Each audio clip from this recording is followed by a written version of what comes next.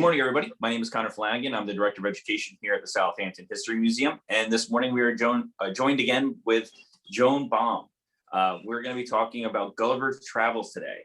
And without any further ado, I'm going to throw it right over to her and we'll get started. Again, if you have any questions, please feel free to submit them in the Q&A or the chat function. I'll pop back in at the end and answer all your questions. Thanks, everybody.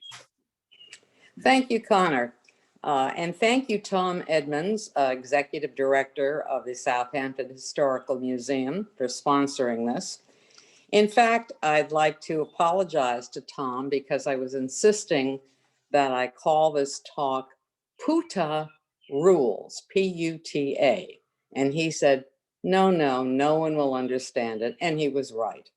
However, I will not call this talk PUTA Rules, but a modest reconsideration, and I'll explain that in a moment. But I do want to explain why I did want to call it PUTA Rules, because the word PUTA is very important for Jonathan Swift. Not only is book 1 the land of the Lilliputians, PUTA, but book 3 of Gulliver's Travels is called La Puta. And the translation, though many will say, is prostitute. Given the context, given the time, given the connotations, the real translation should be whore. It is a very insulting word, and it is at the heart of Gulliver's Travels. So I'm calling the talk anyway now a modest reconsideration, Gulliver's Travels. And that, some of you may recognize, is an allusion to Jonathan Swift's A Modest Proposal, which he published 1729, 3 years after Gulliver's Travels, the full title of which is this: A Modest Proposal for Preventing the Children of Poor People from Becoming a Burden to their Parents or Country, and for making them beneficial to the public. And his answer: cook them, eat them. And that gives you the satiric Jonathan Swift, who is the subject of my talk today. I thought of the talk, one, because Gulliver's Travels is all about war, divisiveness, reasons people adduce for going to war. And I thought it was a kind of interesting book for our own time of political divisiveness. Maybe no comfort, but we are hardly alone, and Gulliver's Travels shows this. We are hardly alone for reasons for going to war. And in book 1, the little prostitutes fight over which end of a soft-boiled egg is best to tap open. It becomes one of the reasons for war. Second, the book is satire, and I got to wondering, and I hope you kind of join in on this, is this the genre for our time? How far can satire go? Which is a good satire? How do you judge that? And I think Gulliver's Travels is a perfect example. It's true that many of us don't recognize the particular people being satirized in Gulliver's Travels, but it's not necessary. They're types. They're universal. Gulliver's Travels was not Swift's first attempt at satire. He wrote earlier a book called A Tale of a Tub, quote, written for the universal improvement of mankind. It was an attack on religion, politics, morality, biblical exegesis, and medicine. But Gulliver's Travels took because of its fantasy and adventure. And one of the discussions I'd love to have at the end, I don't know this answer, maybe you do, is how come this extremely satirical and embittered novel came to be known primarily, and for some people, exclusively, as a children's book? It is at heart, by intention and effect, if you read all 4 books, a satire. What is satire? There are lots of words that are related to it: burlesque, caricature, travesty, parody, lampoon. And they all have to do with exaggeration, and they all turn on some degree of the comic impulse. So they're all related, but satire is different. It comes from a word meaning medley, full dish, sated, enough. And as opposed to travesties and parodies and lampoons, which are visual or theatrical, satire is a literary work. It's meant to be read. And that says something about the intelligence behind satire that is deeper than the intelligence behind all the related words. I thought of Philip Roth recently, who hasn't, who in college said that he wrote satires as his first foray into literature, and in fact took the name Swiftberg. But my best definition for modern times is from Martin Amis, a famous novelist and literary critic who came out about a year ago with an autobiographical novel, Inside Story. And he deals with satire and the definition this way. And I like it, obviously. Satire is best understood as militant irony. Vice, affectation, and stupidity are exposed to ridicule and implicit moral correction, but also to anger and contempt.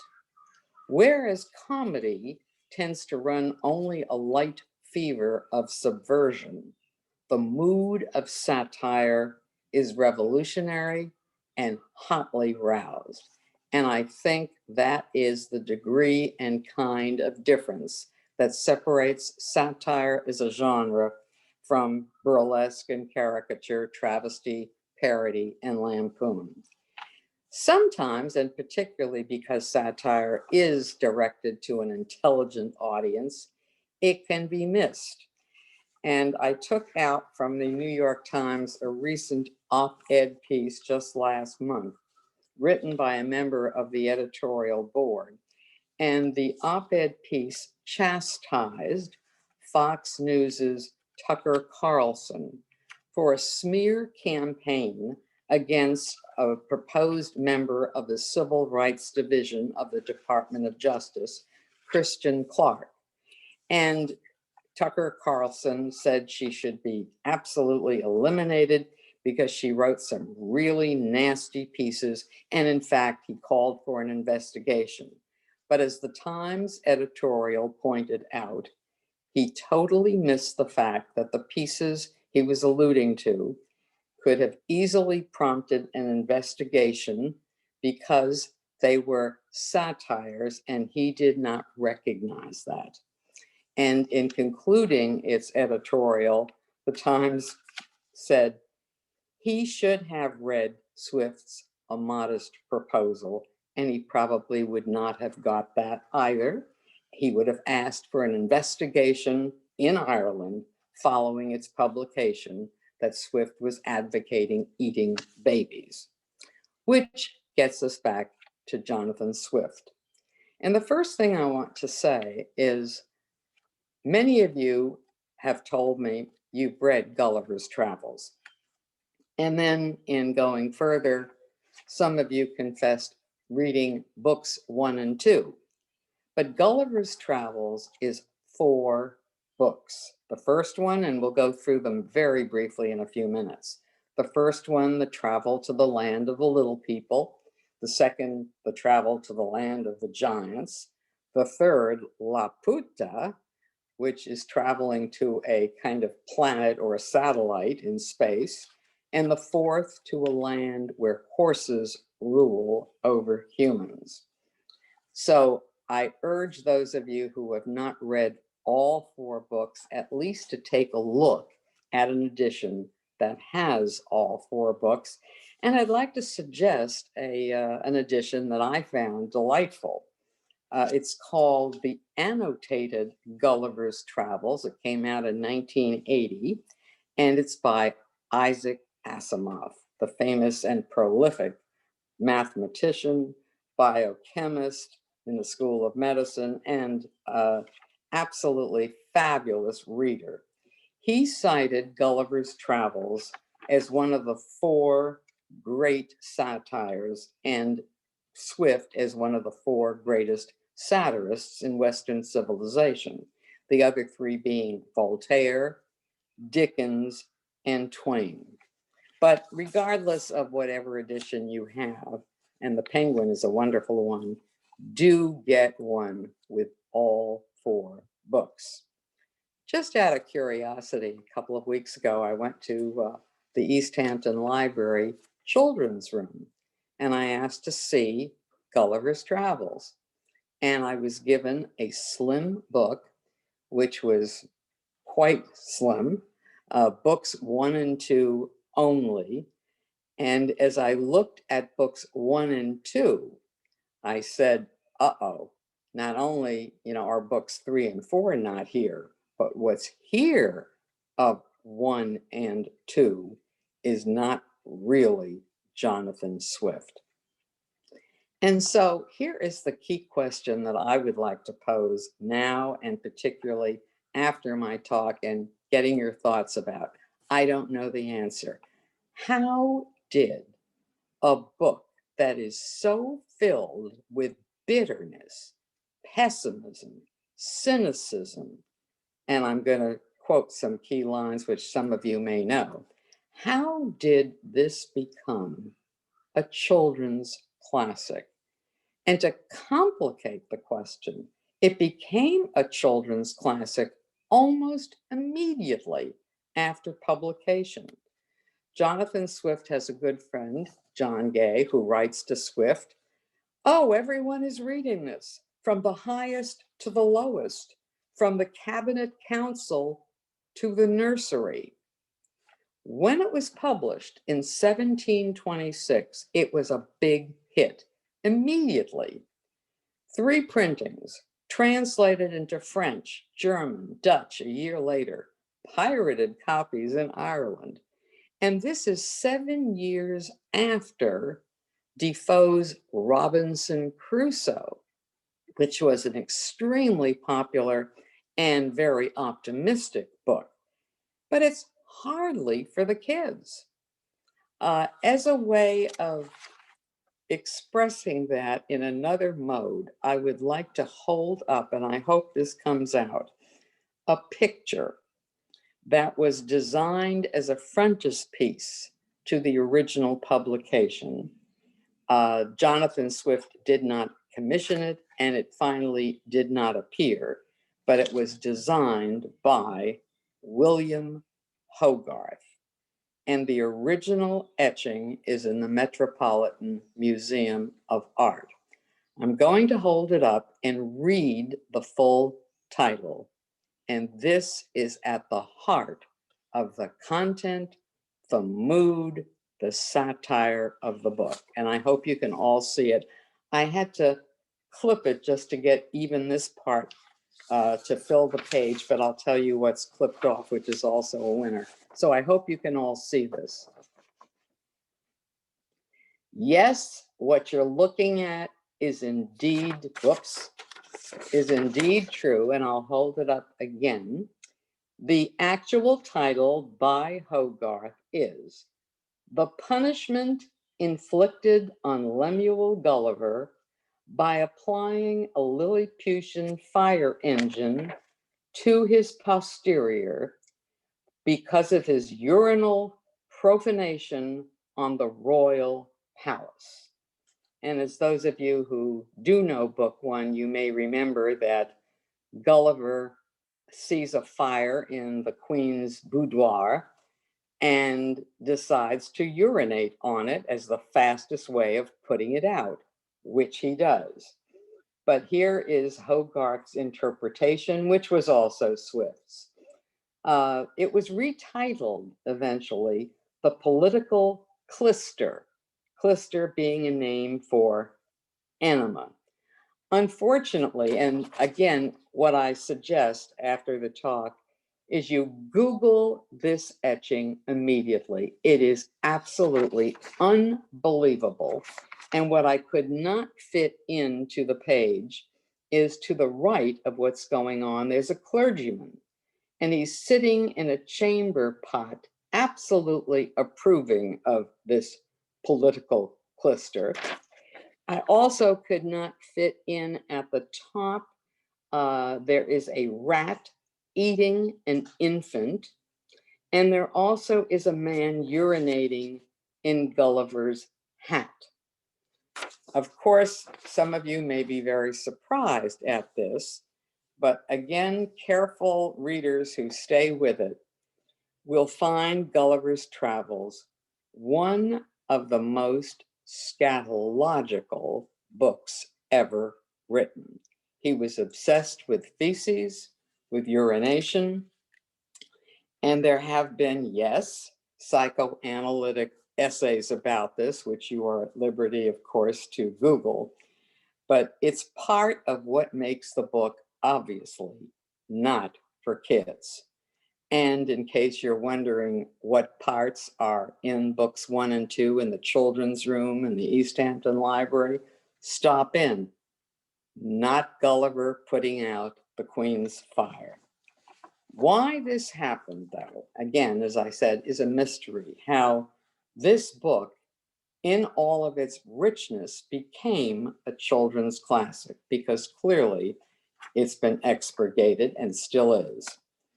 You might say, well, there have been cartoons. Yes, there was one cartoon, Disney, made in 1934. I took a look at it, 8 minutes, The Land of the Little People, totally innocuous, not memorable. I am indebted to my friend Barry McCallion for pointing out to me or reminding me of a movie made in 1996, I'm sorry, a Hallmark movie in 2 parts that ran on BBC and PBS. It was a Jim Henson production, Sesame Street, and it starred Ted Danson from Cheers as Gulliver. It is pretty close to Jonathan Swift, but I wouldn't call it satirical. It is more camp. Peter O'Toole plays the Emperor of Lilliput, absolutely delicious, but not nasty satirical. Also making guest appearances, and take a look at it, it's on YouTube. Omar Sharif, John Gielgud, they had lots of fun.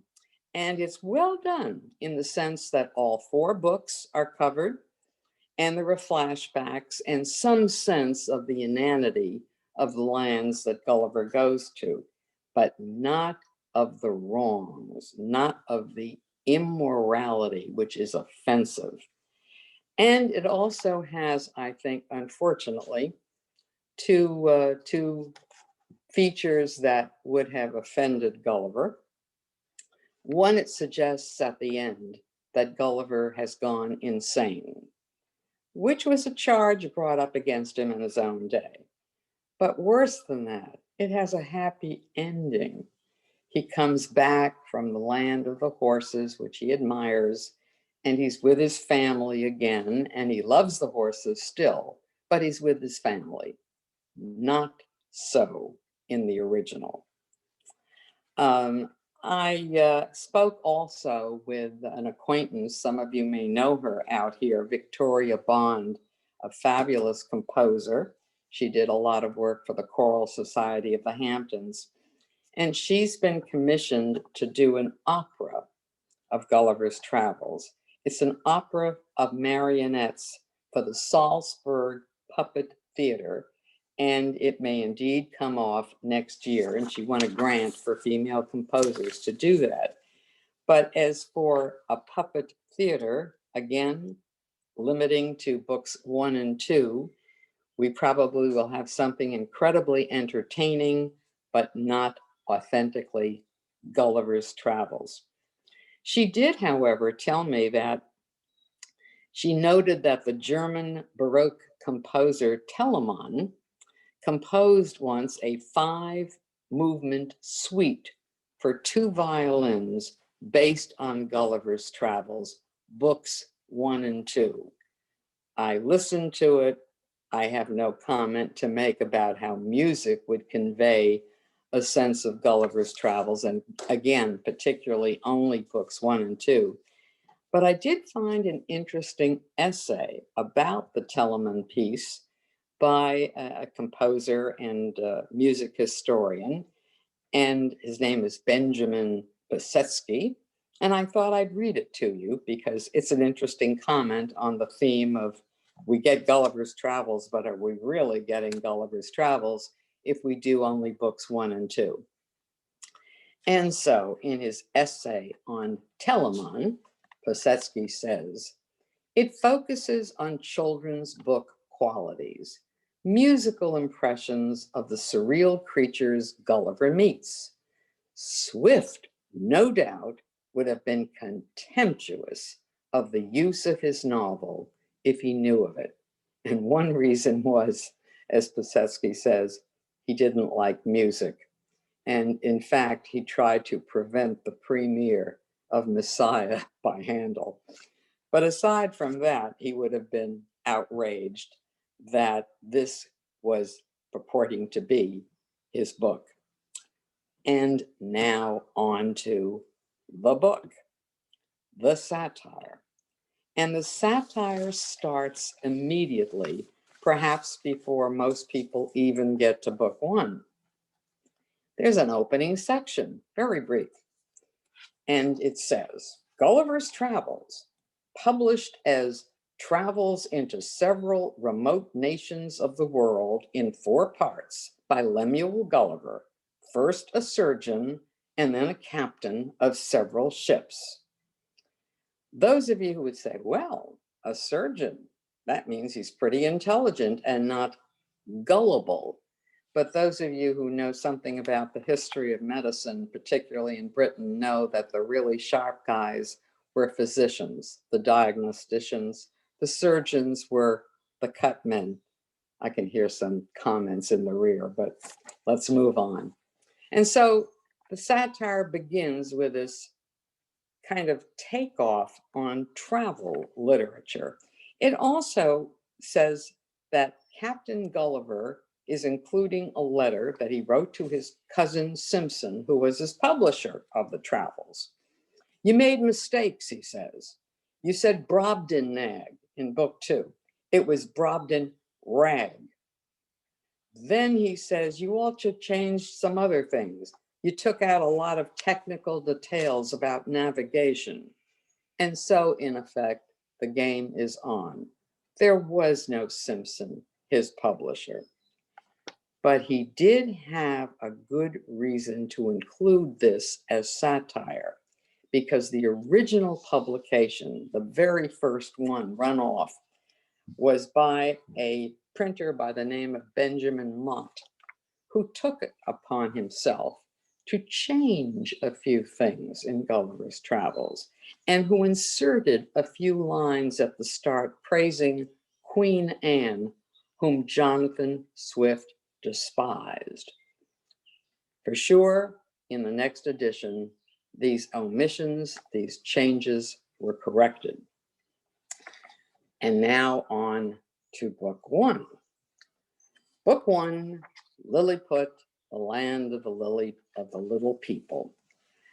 You get a sense that Gulliver goes on all of these travels because he's adventuresome. He's married. He's 40, probably having a midlife crisis. He has 2 kids. And when you read the book, he's bored. He also needs money. And so he sets out, and as you remember, he finds himself stranded, shipwrecked suddenly on a land where everyone is 6 inches tall. Lilliputians, Lily, small, putain. Going into the French for that, thinking of Jean-Paul Sartre. But in Brobdingnag, he is facing people who are 12 times his size, and now he is 1/12 facing little people. Lilliput is England.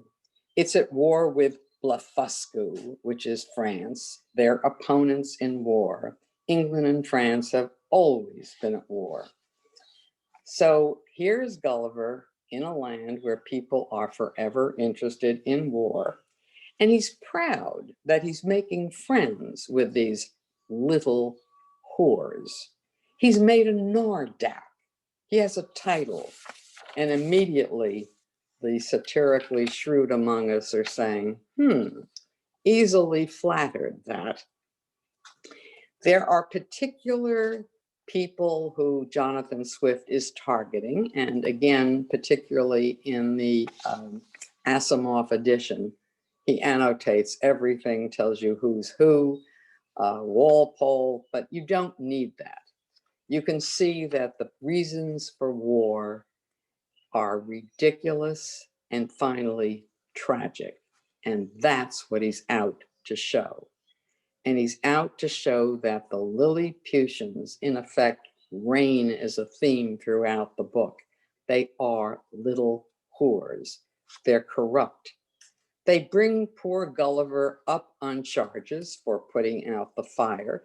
They also accuse him of assignation with the Queen, 6 inches tall. And that is what you see in the Hogarth particularly. They're cruel. They are not only little whores in what they do politically, but they are little whores in acknowledging that they do this to promote themselves. And they are finally cruel in turning on him. He escapes and makes it to book 2, Land of the Big People, the Brobdin, we won't say Raggians, Magians. And he's here about 2 years. He meets a little girl who befriends him, Glumdalclutch, or Glum. There have been lots of ink wasted on the meaning of these names. Don't bother, you can't remember anyway. And in this book, Gulliver becomes not just gullible, but not very attractive, although you'd never know this from the children's literature. He tells the people here that England is a noble country, and he gives them all kinds of examples that turn out to be examples of scandals, warmongering, stupidities, division, war. And the king replies in what has become, separate from Gulliver's Travels, one of the great quotations of satiric literature and pessimistic publication. The king listens to Gulliver's descriptions and says, "I cannot but conclude the bulk of your natives to be the most pernicious race of little odious vermin that nature ever suffered to crawl upon the surface of the earth." Of course, not in the kiddie literature. But Gulliver is very proud of his country. He holds back even some nasty details about England, which Asimov tells us a lot about. And he doesn't seem to acknowledge everyone as being worthy of his notice or respect. He doesn't bother with the fact that England is an incredibly class-ridden society. He doesn't bother with women. He doesn't bother with workers. And of all the miracles and wonders that he tells the Brobdingnagians about, he celebrates most the wonders of gunpowder. He also doesn't see, as his time in Brobdingnag continues, that he's being exploited. There are some nasty people in this big country. They are far from ideal. And I emphasize this because some people have said, well, okay, Lilliputians, little whores in book 1. But in book 2, he's looking up to and admiring these larger people. No, he's not. He finally gets carried off in a box and he's dropped in the ocean, and he's abandoned, in fact, by sailors whom he tries to have save him.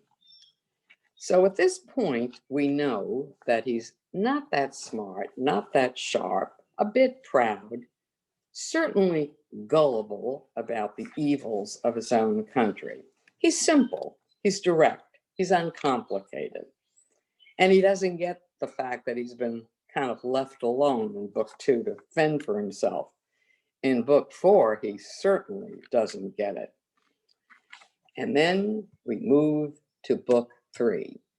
Book 3 is called La Puta, the book no one reads. I suggest you just pick it up and go through it fast. It is incredibly detailed. Even I started skimming when I reread it. It's too much, but it's probably, ironically, for our day, the most relevant book of the 4. Interestingly enough, it was composed after book 4, where Gulliver is in the land of the horses, but it's cleverly rearranged to be book 3, and its full title is The Floating Island of Laputa, Balnabarbi, Lugnag, Glubdubdrib, and Japan. It sounds like a bad law firm. The theme of this book, and that's why I'm saying take a look at it, which is pretty relevant, is the corruption of learning, especially in science and philosophy. And it's this book that really shows puta, the whores and prostitutes who do damage intellectually and who finally feed the political corruption. There's a total lack of any kind of relationship between good sense and mad pursuits. The scientists here go crazy in fashioning Gulliver some clothes, and they measure him for a suit that doesn't fit. They're all reasoners, they're all mathematicians, they're all intellectual whores. What kind of science did Swift admire? Practical, of use in agriculture, manufacture, navigation for sure. But the scientists here are full of quackery, jargon, studies of absolutely no value. And Swift did know what he was talking about. He had access to the transactions of the Royal Society, and he had a ball in pulling up all kinds of investigations fed by the government. He was particularly interested in all kinds of scientific experiments having to do with, and I quote, human excrement and reducing it to its original food by separating its separate parts and finding out through color and smell what prophecies were in the making. The most ridiculous experiment was extracting sunbeams from cucumbers, but most of the experiments had to do with political manipulation, discovering through excrement mainly plots and conspiracies against the government. And so it was strongly recommended that the diets of all suspected persons be examined, and also which side of the bed they lie on, which hand to use to wipe their posteriors, and strictly view their excrements. And I quote from book 3, because men are never so serious, thoughtful, and intent as when they are at stool. Something I'm sure James Joyce thought about when he started Ulysses. He also spent a lot of time in book 3 talking about the different colors and what they portend. Again, as I said, some critics, particularly psychoanalysts, have had a field day talking not just about the scatology, but the coprophilia, a wonderful word which means fascination with sexual aspects of feces. It is full I shouldn't put it that way, but it's all through, rampant in book 3. The other reason book 3 may interest us, or should, again, you don't have to stick with it, is that one of its most memorable characters are people known as the Struldbrugs. They are miserable human beings, but they are immortal. And we can all make analogies to cryogenics and various attempts today to prolong life forever and ever, or have people come back. Well, here's Jonathan Swift doing it. And he's got a whole bunch of folks who are immortal. Unfortunately, they're also old. And the theme seems to be immortal man is still man. At the end of book 3, clearly, Gulliver is not a reliable guide. He has no character, no function. He's probably at his most passive in this book and describes but doesn't act. He's not and part of the action or the plot as he is in books 1 and 2.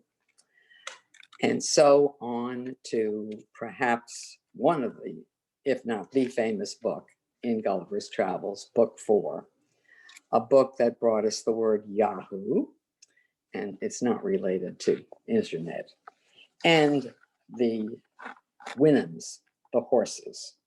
And it's been said that in this book, Gulliver finally finds his ideal. And these are the creatures who are horses who exhibit qualities that the people he knows do not. It's the longest of the voyages. He stays in the land for over 3 years. And at the end, he does get back to England, where he makes it clear that he prefers to live with horses rather than his wife and children. Like all the other books, however, this one is full of all manner of sexual detail, coprophiliac detail, vomit, evacuations, and he even tells the horses at one point when they ask about, you have horses in your country? He says, yes, but we castrate them and then kill them. So much for why he is no longer regarded by the horses as worthy of living. But the big theme of the book, politically, is the theme of the entire Gulliver's Travels fantasy, the causes of war. And in book 4, the horses, the Winans, question Gulliver, who gives numerous reasons for why people go to war, as though, who wouldn't know this? And of course, most of them are religious, but he goes into detail. The differences about the use of music in church services, the importance of the crucifix, the color, cut, and propriety of ecclesiastical vestments, all worthy of going to war for. And then he says, it is a very justifiable cause of war to invade a country after the people have been wasted by famine, destroyed by pestilence, or embroiled by factions among themselves. I don't have to make any analogies, I'm sure. Book 4, however, is not just an attack on war, but on one of our favorite disciplines, law. He tells the horses, there is a society of men in my country, bred up from their youth in the art of proving by words multiplied for the purpose that white is black and black is white. To this society, all the rest of the people are slaves.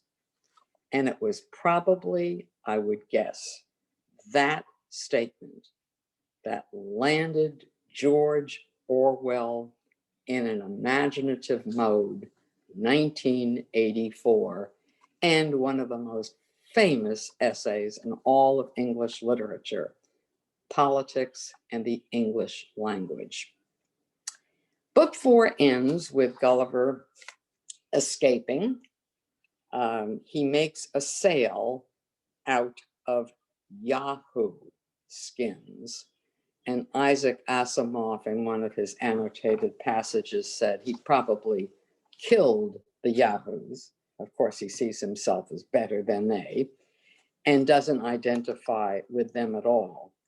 But he also doesn't see that the Winhams despise him and do see him maybe as a different Yahoo, but still a Yahoo. He gets picked up at the end of book 4, saved, so to speak, from a passing ship. A Don Pedro is a compassionate, humane captain. Gulliver doesn't care. He no longer has the capacity to see courtesy, humanity, any kind of decency. And at the end, as I say, unlike the Ted Danson movie, he lives with the horses in his own country, unable to stand human beings. 2 things. At the end of book 4, some readers say it was clear that Jonathan Swift was mad, that he grew quarrelsome and insane, and that book 4 reflects this insanity of being unable to live with human beings. I mean, that's really taking satire very far. Walter Scott advised against reading it, and he said Gulliver's misanthropy shows Swift's mental disease.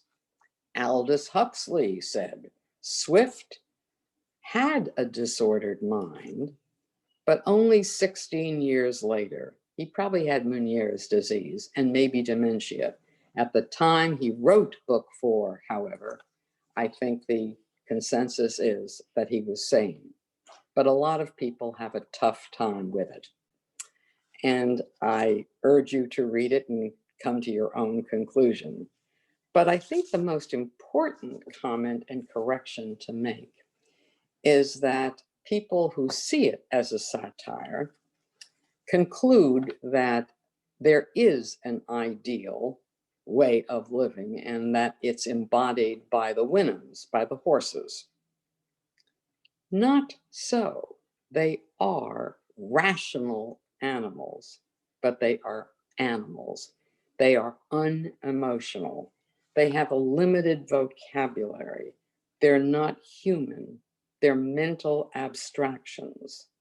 They have no capacity for love, for glory, for sublimity, or for grief. And so this makes Gulliver's Travels even darker, because at the end of a satire, you want to know who is worthy of being held up as an example. By the way, I forget who said it, but a quickie definition of satire that I came across some years ago, and it's a good way of remembering it, is the 3 R's. Recognition, you have to see what's going on. Risibility, you have to see the comic or absurd or exaggerated element that makes you recognize this. And then, as we said from the Martin Amis quotation about the anger inherent in good satire, reform. And it's been said, recognition, risibility, reform. It's been said by some that it breaks down with Gulliver's Travels that there is no reform. I have thought about that, and I'm sure you have too. And all I can say is that what makes the reform possible, at least through the recognition and the risibility, is that it was written. Jonathan Swift, sane, sure, witty, talented, Hogarth certainly saw it, wrote this 4-part satire. And he describes his motives in what have become some very famous quotations by Jonathan Swift, applicable, of course, to Gulliver's Travels, but to other satires that he wrote. In a letter to Alexander Pope, a very well-known poet of the day, as he was working on Gulliver's Travels, he said he intends this book for the press, whether the world deserves it, and if a printer will be brave enough to publish it. Drown the world. I am not content with despising it, but would anger it if I could with safety. The chief end I propose to myself in all my labors is to vex the world rather than divert it. And there's the heart of satire as opposed to all of the related genre. And if I could encompass that design without hurting my own person or fortune, I would be the most indefatigable writer you have ever seen. And then, and I offer this as the only sop perhaps to those who really get to the end and say despair, despair, despair. This is Swift talking to Pope. I have ever hated all nations, professions, and communities, and all my love is toward individuals. For instance, I hate the tribe of lawyers, but I love counselor such a one and judge such a one.